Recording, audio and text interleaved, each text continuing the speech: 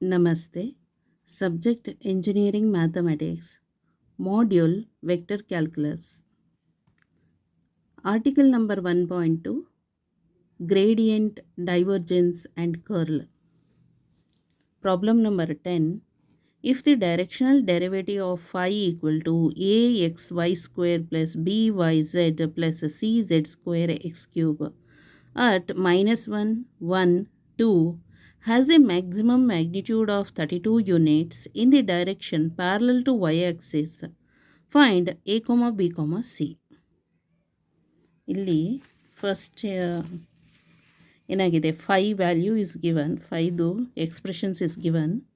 So phi equal to A X Y square plus B Y Z plus C Z square X cube ಕೊಟ್ಟಿದ್ದಾರೆ. Points are given, points ಕೊಟ್ಟಿದ್ದಾರಲ್ಲಿ. So this is X axis, this is Y axis, this one is Z axis. ಈಗ -1 ಅಂತ ಹೇಳಿದ್ರೆ this is front view. Okay, ಇದು front view, ಇದು side view, right side, ಇದು left side view, ಇದು back view. ಇದಿದೆಯಲ್ಲ upward direction, ಇದು downward direction. So -1 ಅಂದರೆ back side, back side. So ಇಲ್ಲಿ -x ಅಂತ ಇರುತ್ತೆ. ಸೊ ಇಲ್ಲಿ -1 ಅಂತ ಇದೆ, ಗೊತ್ತಾಯ್ತಲ್ಲ. ನೆಕ್ಸ್ಟ್ ವೈ ಆಕ್ಸಿಸ್ 1 ಅಂತ ಹೇಳಿದ್ರೆ ಇದು -1 ಅಂದಮೇಲೆ ಇದು 1 ಆಯಿತು, ಗೊತ್ತಾಯ್ತಲ್ಲ. ಸೊ ಇಲ್ಲಿಗೆ ಈ ಪಾಯಿಂಟ್ 1 ಆಗುತ್ತೆ. ನೆಕ್ಸ್ಟು 2 ಅಂತ ಹೇಳಿದ್ರೆ ಝೆಡ್ ಆಕ್ಸಿಸ್ ಇಸ್ 2. ಸೊ 1ಗಿಂತ ಡಬಲ್ ಆಗಬೇಕು, ಇಲ್ಲಿ ಬರುತ್ತೆ. ಓಕೆ, ಇದು ಡೈರೆಕ್ಷನ್ ಅಲ್ಲ, ಡೈರೆಕ್ಷನ್ ಅಂತೀನಿ, ಹೈಟ್ದು distance is 2, height distance is 2 ಆಗಿರುತ್ತೆ. ಓಕೆ, ಇದೇ ಇದಕ್ಕೆ ತಗೊಂಡು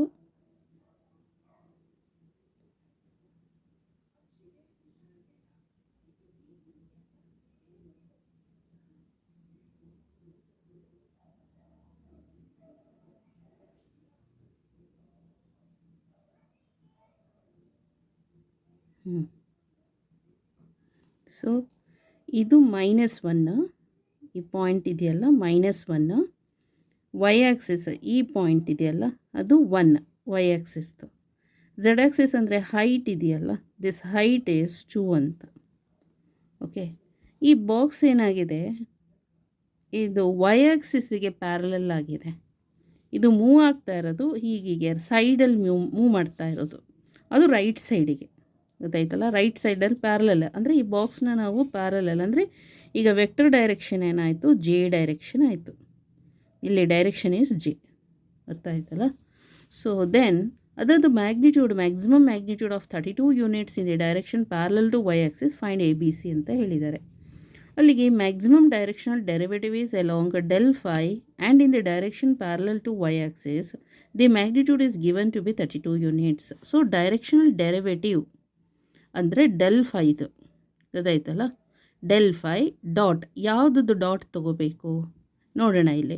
and in the direction parallel to y ಆಕ್ಸಿಸ್ದು ತೊಗೋಬೇಕು. ಈಗ ಮ್ಯಾಕ್ಸಿಮಮ್ ಡೈರೆಕ್ಷನ್, ಇದು ಮ್ಯಾಕ್ಸಿಮಮ್ ಡೈರೆಕ್ಷನಲ್ ಡೆರಿವೇಟಿವ್ ಅಂತ ಹೇಳಿದಾರಲ್ಲ, ಸೊ ಡೆಲ್ ಫೈ ಅಂತ ತೊಗೋತೀವಿ. This is for directional derivative is along what ಅಂತ ಹೇಳಿದ್ರೆ ಇಲ್ಲಿ ಡಾಟ್ ಹಾಕಬೇಕು.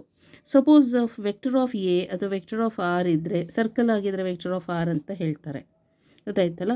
ಸಪೋಸ್ ವೆಕ್ಟರ್ ಆಫ್ ಎ ಇತ್ತು ಅಂತ ಹೇಳಿದ್ರೆ ಎಕ್ಸ್ ವೈ ಝೆಡ್ ಎಲ್ಲ ಡೈರೆಕ್ಷನ್ಸು ಪ್ರೆಸೆಂಟ್ ಇದ್ದರೆ, ಇಲ್ಲಿ ಏನಾಗ್ತಾ ಇದೆ, ವೈ ಆಕ್ಸಿಸಿಗೆ ಮಾತ್ರ ಪ್ಯಾರಲಲ್ ಆಗಿರೋದು, direction parallel to y axis. ಇದು ವೈ ಆಕ್ಸಿಸ್ ಅಂತ ಹೇಳಿದ್ರೆ ಯಾವ ಡೈರೆಕ್ಷನ್ ಇದು, ವೆಕ್ಟರ್ ಡೈರೆಕ್ಷನ್ ಇಸ್ ಜೆ. ಅಲ್ಲಿಗೆ ಡೆಲ್ ಫೈ ಡಾಟ್ ಜೆ ಅಂತ ಕನ್ಸಿಡರ್ ಮಾಡಬೇಕು. ಡೆಲ್ ಫೈ ಡಾಟ್ ಜೆನಲ್ಲಿ maximum magnitude is how much, 32 units ಆಗಿರುತ್ತೆ. ಸೊ 32 ಯೂನಿಟ್ಸ್ ಬರ್ತಾ ಇದೆ. ಸೊ ಪಾಯಿಂಟ್ಸ್ ಹಾಗಾದರೆ ಯಾವುದು ಅಂತ ಹೇಳಿದ್ರೆ ಅಟ್ ದಿ ಪಾಯಿಂಟ್ಸ್ -1, 1, 2 ಅಂತ.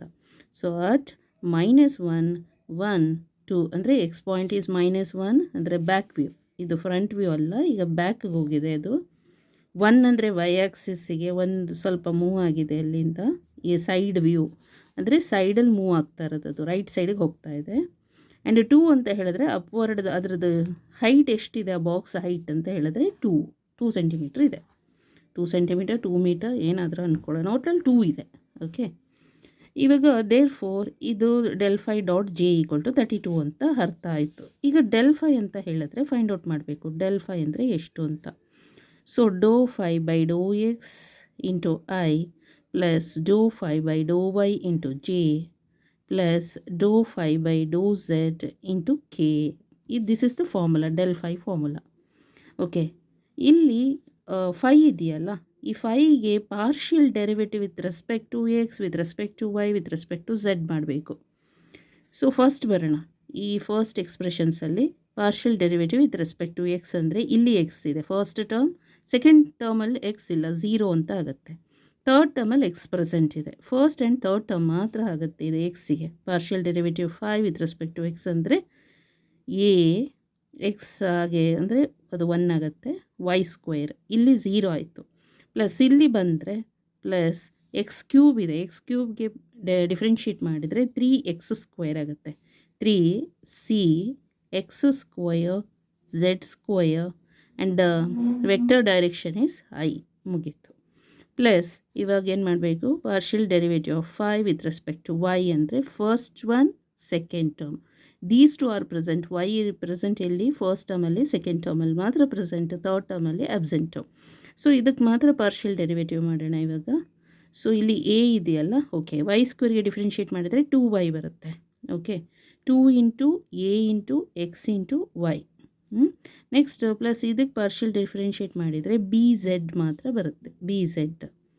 ನೆಕ್ಸ್ಟ್ ವೆಕ್ಟರ್ ಡೈರೆಕ್ಷನ್ ಯಾವುದಲ್ಲಿ, j. Okay, plus next partial derivative of 5 with respect to z ಮಾಡಬೇಕು. ಫಸ್ಟ್ ಟರ್ಮಲ್ಲಿ ಝೆಡ್ ಇಲ್ಲ, 0 ಆಗುತ್ತೆ. ಸೆಕೆಂಡ್ ಟರ್ಮಲ್ಲಿ ಝೆಡ್ ಪ್ರೆಸೆಂಟು, ಥರ್ಡ್ ಟರ್ಮಲ್ಲಿ ಝೆಡ್ ಪ್ರೆಸೆಂಟು. ಸೆಕೆಂಡ್ ಟರ್ಮಲ್ಲಿ ಇರೋ ಝೆಡ್ಡಿಗೆ partial differentiation with respect to z ಮಾಡಿದರೆ ಬಿ ವೈ ಮಾತ್ರ ಬರುತ್ತೆ. ಝೆಡ್ ಏನಾಯಿತು ಅಂದರೆ 1 ಆಗುತ್ತದು ಡಿಫ್ರೆನ್ಷಿಯೇಟ್ ಮಾಡಿದರೆ. ಪ್ಲಸ್ ನೆಕ್ಸ್ಟ್ ಇಲ್ಲಿ ಝೆಡ್ ಸ್ಕ್ವೇರ್ ಇದೆಯಲ್ಲ, ಪಾರ್ಷಿಯಲ್ ಡಿಫ್ರೆನ್ಷಿಯೇಟ್ ಮಾಡಿದರೆ 2c ಎಕ್ಸ್ ಕ್ಯೂಬ್ ಝೆಡ್ ಆಗುತ್ತೆ, ಗೊತ್ತಾಯ್ತಲ್ಲ. ಮತ್ತು ಅದು ವೆಕ್ಟರ್ ಡೈರೆಕ್ಷನ್ದು ಕೆ. ಸೊ ದಿಸ್ ಈಸ್ ಡೆಲ್5. ಈಗ ಪಾಯಿಂಟ್ಸ್ ಅಪ್ಲೈ ಮಾಡಬೇಕು. ಡೆಲ್5 at the points -1 1 2. So -1 1 2 equal to, so ಇಲ್ಲಿ 1 ಸ್ಕ್ವೇರ್ ಅಂದರೆ 1 ಆಯಿತು. ಸೊ ಎ ಪ್ಲಸ್ 3 ಸಿನೂ ಹಾಗೆ ಬರ್ಕೊಳ್ಳೋಣ. ಎಕ್ಸ್ ಸ್ಕ್ವೇರ್ ಅಂತ ಹೇಳಿದ್ರೆ -1 ಸ್ಕ್ವೇರ್ ಇಸ್ 1 ಅಂತ. ಝೆಡ್ ಸ್ಕ್ವೇರ್ ಅಂತ ಹೇಳಿದ್ರೆ 2 ಸ್ಕ್ವೇರ್ ಏನಾಗುತ್ತೆ, ಅದು 2 ಸ್ಕ್ವೇರ್ ಅಂದರೆ 4, 4 3s are 12 ಆಗುತ್ತೆ. So 12 ಇದಾಯ್ತಲ್ಲ I. ಪ್ಲಸ್ ಇಲ್ಲಿ 2a -1 ಇದು, ವೈ ಕೂಡ 1, ಆಗ -2a. Next B Z, b ಹಾಗೆ ಇರುತ್ತೆ, z is 2b plus 2b j plus b ಹಾಗೆ ಬರಿಬೇಕು, y is 1, b into 1 is ಬಿನೇ. ಮೈನಸ್ ಪ್ಲಸ್ ಗೊತ್ತಿರಲ್ಲ, ಹಾಗೆ ಬರೆದಿರಿ ಮೈನಸ್ ಅಂತಾನೆ. ಸಿ ಇರಲಿ. ಓಕೆ, ನೆಕ್ಸ್ಟ್ ಎಕ್ಸ್ ಕ್ಯೂಬ್ ಅಂದರೆ -1 ಕ್ಯೂಬ್ ಅಂತ ಹೇಳಿದ್ರೇನು -1. ಸೊ ಅಲ್ಲಿಗೆ plus into minus is minus ಅಂತ ಬರುತ್ತೆ. ಝೆಡ್ ಅಂದರೆ 2, 2 2s are 4, -4c K. Okay, ಇವಾಗ ಏನು ಮಾಡಬೇಕು, ಇದಕ್ಕೆ ಸಬ್ಸ್ಟಿಟ್ಯೂಷನ್ ಮಾಡಬೇಕು ಡೆಲ್5ಗೆ. ಡೆಲ್5 ಡಾಟ್ ಜೆ ಅಂತ ಹೇಳಿದ್ರೆ, ಸೊ ಇವಾಗ ನಮಗೆ ಗೊತ್ತಿದೆ ಈ box parallel to y axis ಅಂತ ಹೇಳಿದ್ರೆ ವೈ ಆಕ್ಸಿಸ್ ಇಸ್ ಇನ್ವಿಸಿಬಲ್ ಆಗುತ್ತೆ. ಇಲ್ಲಿ ಚೇರ್ ಇದೆ ಅಂತ ಹೇಳಿದ್ರೆ ವೈ ಆಕ್ಸಿಸಲ್ಲಿ ಇದು ಚೇರ್ ಆಕ್ಯುಪೈ ಆಗೋಯಿತು ವೈ ಆಕ್ಸಿಸಲ್ಲಿ. ಸೊ ವೈ ಆಕ್ಸಿಸ್ ಕಾಣ್ತಾ ಇಲ್ಲ. ಎಕ್ಸ್ ಮತ್ತು ಝೆಡ್ ಮಾತ್ರ ವಿಸಿಬಲ್ಲು. ಸೊ ವೈ ಆಕ್ಸಿಸ್ ಪ್ಯಾರಲಲ್ ಅಂತ ಹೇಳಿದ್ರೆ ಇದು ಎರಡು ಕನ್ಸಿಡರ್ ಆಗ್ತದೆ, ಎಕ್ಸ್ ಮತ್ತು ಝೆಡ್ ಮಾತ್ರ ನಮಗೆ ಕಾಣ್ತಾ ಇರೋದು. ಸೊ ಅಲ್ಲಿಗೆ ವೆಕ್ಟರ್ ಡೈರೆಕ್ಷನ್ ಜೆ ಮಾತ್ರ. ಸೊ ಡೆಲ್5 ಡಾಟ್ ಜೆ ಅಂತ ಹೇಳಿದ್ರೆ ನೀವು ಇವಾಗ ಐ ಡಾಟ್ ಜೆ ಇಲ್ಲಿ ಇದನ್ನು ತೊಗೋತೀರಾ, ಐ ಡಾಟ್ ಜೆ ಮಾಡಿದರೆ 0, ಇದು ಬಿಡ್ತೀರಾ. ನೆಕ್ಸ್ಟು ಜೆ ಡಾಟ್ ಜೆ ಏನಾಗುತ್ತೆ, 1 ಆಗುತ್ತೆ. ಇದನ್ನು ಮಾತ್ರ ಕನ್ಸಿಡರ್ ಮಾಡಬೇಕು. -2a plus 2b because I dot J is 0, ಇದು ಬರೆಯೋ ಅವಶ್ಯಕತೆಯೇ ಇಲ್ಲ ಕೋಯಿಫಿಷಿಯೆಂಟು. ನೆಕ್ಸ್ಟು ಜೆದು ಕೋಯಿಫಿಷಿಯೆಂಟ್ ಏನು, ಇದು ಇಲ್ಲಿ ಜೆ ಇದೆ, J dot J is 1, this into 1 is ಇದು ಮಾತ್ರ ಬರುತ್ತೆ. ಇಲ್ಲಿ B minus 4c into K dot j ಅಂತ ಬರೀತಾರೆ. ಕೆ ಡಾಟ್ ಜೆ ಈಸ್ 0 ಆಗುತ್ತೆ, ಅದಕ್ಕೆ ಅವಶ್ಯಕತೆ ಇಲ್ಲ ಬರೆಯೋದು. ಗೊತ್ತಾಯ್ತಲ್ಲ. Del phi dot j equal to -2a plus b. So ಇಲ್ಲಿಗೆ ಸಬ್ಸ್ಟಿಟ್ಯೂಷನ್ ಅಥವಾ ಈ 32 ಅಂತ ಇದೆಯಲ್ಲ, ಆ 32ನ ಇಲ್ಲಿ ಹಾಕ್ಕೊಳ್ಳಿ. ಟೇಕ್ 2 ಆ್ಯಸ್ ಕಾಮನ್ ತೆಗಿತೀರಾ. -a plus b equal to ಆ 2ನ ಕ್ರಾಸ್ ಮಲ್ಟಿಪ್ಲೈ ಮಾಡಿದ್ರೆ 32/2 ಅಂದರೆ 16 ಆಯಿತು. ಓಕೆ, ಇದು ಒಂದು ಎಕ್ಸ್ಪ್ರೆಷನ್ಸ್ ಅಂತ ಇಟ್ಕೊಳ್ಳೋಣ, ಫಸ್ಟ್ ಒನ್. ನೆಕ್ಸ್ಟ್ ಏನು ಹೇಳಿದ್ದಾರೆ, actually parallel to y axis ಅಂತ ಹೇಳಿದ್ರೆ ಇದೆರಡು ನಮಗೆ ವಿಸಿಬಲ್ ಆಗ್ತಾ ಇದೆ. ಬಟ್ ಇಲ್ಲಿ ಡೈರೆಕ್ಷನ್ ಅಂದರೆ ಇಲ್ಲಿ ಏನು ಪ್ರೋಸೆಸ್ ನಡೀತಾ ಇಲ್ಲ ಫ್ರಂಟಲ್ಲಿ ಅಂದರೆ ಮುಂದೆ ತೊಗೊಂಬರೋದೇ ಆಗಲಿ ಅಥವಾ ಮೇಲೆ ತೊಗೊಂಡು ಹೋಗೋದೇ ಆಗಲಿ, ಏನು ಪ್ರೋಸೆಸ್ ನಡೀತಾ ಇಲ್ಲ. ವೆಕ್ಟರ್ ಏನು ಅಂದರೆ ಡೈರೆಕ್ಷನ್ ಏನು ಬೇಕಾಗಿಲ್ಲ, ಬರೀ ಅದು ಸೈಡಿಗೆ ಮಾತ್ರ ಡೈರೆಕ್ಷನ್. ಹಾಗಾಗಿ ವೈದು ಪ್ಯಾರಲಲ್ ಟು ವೈ ಆಕ್ಸಿಸ್ ಅಂದಮೇಲೆ ದೀಸ್ ಟುದು ಡೈರೆಕ್ಷನ್ ಏನೂ ಇಲ್ಲ ಅಂತ ಹೇಳಿದ್ಮೇಲೆ ಇಲ್ಲಿ ಕನ್ಸಿಡರ್ ಮಾಡಿ a + 12c = 0 ಅಂತ. a + 12c = 0. Call it as equation number 2. Next ಇನ್ನೊಂದು, ಈ ಝಡ್ ಡೈರೆಕ್ಷನಲ್ಲಿ ಕೂಡ ಏನೂ ಅದು ಅಂದರೆ ಅಪ್ವರ್ಡ್ ಡೌನ್ವರ್ಡ್ ಆ ಥರದ್ದೇನೂ ಮೂಮೆಂಟ್ ಇಲ್ಲ, ಅಲ್ಲಿ ಪ್ರೋಸೆಸ್ ಏನೂ ನಡೀತಾ ಇಲ್ಲ ಅಲ್ಲ. ಹಾಗಾಗಿ b - 4c = 0. b - 4c = 0. Call it as equation number 3. ಇದಿಷ್ಟು ಸಾಲ್ವ್ ಮಾಡಬೇಕು ಇವಾಗ. ಗೊತ್ತಾಯ್ತಲ್ಲ. ಸೊ ಫಸ್ಟ್ 2 ಈಕ್ವೇಷನ್ ಸಾಲ್ವ್ ಮಾಡೋಣ. Solving by solving equation number 1 and 2 ಅಂತ ತಗೊಳ್ಳೋಣ. ಈಕ್ವೇಷನ್ ನಂಬರ್ 1 and 2ನಲ್ಲಿ ಸಾಲ್ವ್ ಮಾಡಿದ್ರೆ -a plus B = 16, a + 12c = 0. ಇದು ಮೈನಸ್ ಇದು ಪ್ಲಸ್ ಅಂದರೆ ಕ್ಯಾನ್ಸಲ್ ಆಗುತ್ತೆ. ಇದು b + 12c = 16 + 0 is 16 ಆಯಿತು. Call it as equation number 4. Okay, by solving equation number 3 and 4 ಅದನ್ನು ಸಾಲ್ವ್ ಮಾಡೋಣ. ಸೊ b - 4c = 0 ಅಂತ ಇದೆ.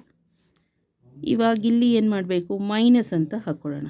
ಪ್ಲಸ್ಸು ಮೈನಸ್ಸು ಇದು ಕ್ಯಾನ್ಸಲ್ ಆಗುತ್ತೆ, ಇದು ಮೈನಸ್ಸು ಪ್ಲಸ್ ಆಯಿತು. ಸೊ ಇದು ಮೈನಸ್ಸು, ಇಲ್ಲಿ 0ಗೆ ಏನೂ ಇಲ್ಲ, ಪ್ಲಸ್ ಆದರೂ ಆಗ್ಬೋದು ಮೈನಸ್ ಆದರೂ ಆಗ್ಬೋದು, ಲೀವ್ ಇಟ್. ಸೊ ಇದು 16c ಆಯಿತು. 16c = 16, then c = 1 is the answer. Okay, next ಎನ ಫೈಂಡ್ ಔಟ್ ಮಾಡಬೇಕು ಅಥವಾ ಬಿನ ಫೈಂಡ್ ಔಟ್ ಮಾಡಬೇಕು. ಇದು substitute the value of C in equation number 1ಗೆ ಹಾಕೋಣ. ಓಕೆ, ಸಿ ಇರೋದು ಎಲ್ಲಿ, ಸಿ ಇರೋದು 2ನಲ್ಲಿ, ಈಕ್ವೇಷನ್ ನಂಬರ್ 2ಗೆ ಹಾಕೋಣ. ಈಕ್ವೇಷನ್ ನಂಬರ್ 2 ಅಥವಾ 3ಗಾದರೂ ಹಾಕ್ಕೋಬೋದು, ಅಥವಾ 3ಗಾದರೂ ಹಾಕ್ಬೋದು. Equation number 3. Okay, equation number 3ಗೆ ಸಬ್ಸ್ಟಿಟ್ಯೂಷನ್ ಮಾಡಿದ್ರೆ, ಸೊ ಅಲ್ಲಿ ಪ್ಲಸ್ ಬಿ -4 ಸಿ ಅಂತ ಹೇಳಿದ್ರೆ 1 ಅಂತ ಆಗುತ್ತೆ, = 0. ದೆನ್ b = -4 ಇರುತ್ತಲ್ಲ, ಅದು ಈಚೆ ಶಿಫ್ಟ್ ಮಾಡಿದ್ರೆ b = 4 ಆಯಿತು. Next substitute the value of b in equation number 1ಗೆ ಸಬ್ಸ್ಟಿಟ್ಯೂಷನ್ ಮಾಡೋಣ. -a plus b is 4 = 16. Then -a = 16 - 4 ಅಂತ ಹೇಳಿದ್ರೆ ಎಷ್ಟು ಬರುತ್ತೆ, 12 ಬರುತ್ತೆ. ಗೊತ್ತಾಯ್ತಲ್ಲ. So then a = -12 is the answer. ಇದು ಡೈರೆಕ್ಟಾಗಿ ಕ್ಯಾಲ್ಕುಲೇಟ್ರಲ್ಲಿ ಯೂಸ್ ಮಾಡ್ಬೋದಾಯ್ತಾ. -a ಪ್ಲಸ್ b = 16, ಈ 3 ಈಕ್ವೇಷನನ್ನು ನೀವು ಡೈರೆಕ್ಟಾಗಿ ಕ್ಯಾಲ್ಕುಲೇಟ್ರಲ್ಲಿ ಹಾಕಿ, ಸೈಂಟಿಫಿಕ್ ಕ್ಯಾಲ್ಕುಲೇಟರಲ್ಲಿ ನಿಮಗೆ ABC ವ್ಯಾಲ್ಯೂ ಸಿಗುತ್ತೆ. ಓಕೆ, ಸಪೋಸ್ ಮ್ಯಾನ್ಯುಯಲ್ ಆಗು ತಿಳ್ಕೊಂಡಿರಿ ಹೇಗೆ ಮಾಡೋದು ಅಂತ. ಗೊತ್ತಾಯ್ತಲ್ಲ. ಕ್ರಾಮರ್ಸ್ ರೂಲ್ ಅಪ್ಲೈ ಮಾಡಿದ್ರೆ ಇನ್ನೂ ಅದು ಪ್ರೋಸೆಸ್ ಲೆಂತಿ ಆಗುತ್ತೆ. Okay, so by solving method ತಿಳ್ಕೊಂಡ್ರೆ ಈಸಿ, ಬೇಗನೆ ಆನ್ಸರ್ ಸಿಗುತ್ತೆ. ಓಕೆ, ಈಗ ಬುಕ್ಕಲ್ಲಿ ನೋಡೋಣ. ಸೊ ಡೆಲ್ ಫೈ = ಅದು ಫಾರ್ಮುಲಾ ಬರೆದು ಕಾಲ್ ಇಟ್ ಆಸ್ 1 ಅಂತ ಹೇಳಿದ್ದಾರೆ. ಡೆಲ್ ಫೈಗೆ ಇದು partial derivative of 5 with respect to x ಮಾಡಿದರೆ ಇಷ್ಟು, ವಿತ್ ರೆಸ್ಪೆಕ್ಟ್ ಟು ವೈ ಮಾಡಿದರೆ ಇಷ್ಟು, ವಿತ್ ರೆಸ್ಪೆಕ್ಟ್ ಟು ಝೆಡ್ ಮಾಡಿದರೆ ಇಷ್ಟು. ನೆಕ್ಸ್ಟು ಪಾಯಿಂಟ್ಸನ್ನು ಸಬ್ಸ್ಟಿಟ್ಯೂಷನ್ ಮಾಡಬೇಕು. X point, y point, z point.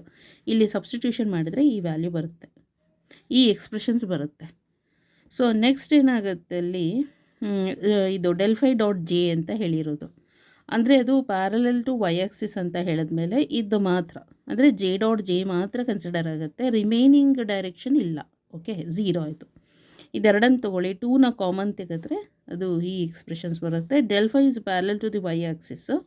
So y axis parallel ಅಂತ ಹೇಳಿದ್ರೆ ಸೊ ಇದೆರಡು ಏನಾಯಿತು, ಝೀರೋ ಆಯಿತು. ಹಾಗಾಗಿ ಅಂದರೆ i coefficient zero, j coefficient is zero ಅಂತ ಆಗುತ್ತೆ. ಸೊ ಅಲ್ಲಿಗೆ a + 12c = 0. Then b - 4c = 0.